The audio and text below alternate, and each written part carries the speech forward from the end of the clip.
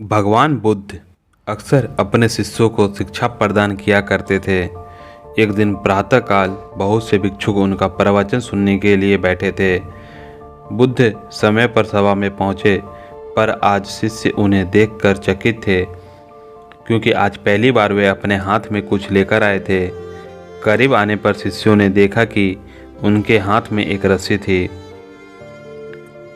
बुद्ध ने आसन ग्रहण किया और बिना कुछ कहे ही वे रस्सी में गांठें लगाने लगे। वहां उपस्थित सभी लोग यह देखकर सोच रहे थे कि बुद्ध आगे क्या करेंगे।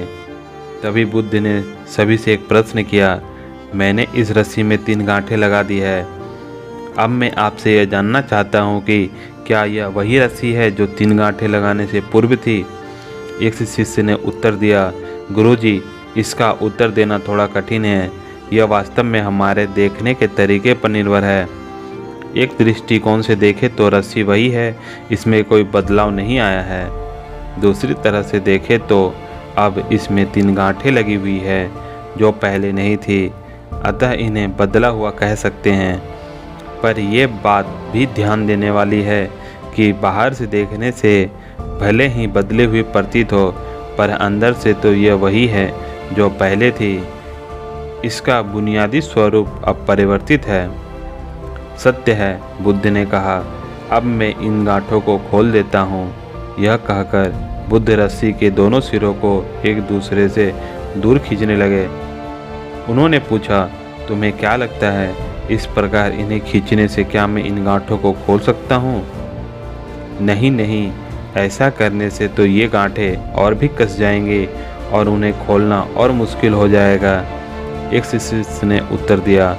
बुद्ध ने कहा, ठीक है, अब एक आखिरी प्रश्न बताओ, इन गांठों को खोलने के लिए हमें क्या करना होगा? शिष्य बोला, इसके लिए हमें इन गांठों को गौर से देखना होगा, ताकि हम जान सके कि इन्हें कैसे लगाया गया था, और फिर हम इन्हें खोलने का प्रयास कर सकते हैं। भगवान बुद्ध ने कहा, मैं यही तो सुनना चाहता था। मूल प्रश्न यही है कि जिस समस्या में तुम फंसे हो, वास्तव में उसका कारण क्या है। बिना कारण निवारण करना मुश्किल है। मैं देखता हूँ कि अधिकतर लोग बिना कारण जाने ही निवारण करना चाहते हैं। कोई मुझसे ये नहीं पूछता कि मुझे क्रोध क्यों आता है। लोग पूछते हैं कि मैं अपने क्रोध का अंत कैसे करूँ। कोई यह प्रश्न नहीं करता कि मेरे अंदर अहंकार का बीज कहाँ से आया। लोग पूछते हैं कि मैं अपना अहंकार कैसे खत्म करूं।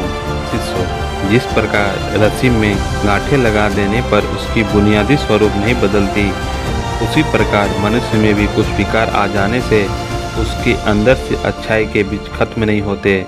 जैसे हम रस्सी की गांठें खोल सकते हैं, वैसे ही मनुष्य की समस्याएं भी हल कर सकते हैं। जीवन है तो समस्याएं भी होगी, और समस्याएं हैं तो समाधान भी अवश्य होगा।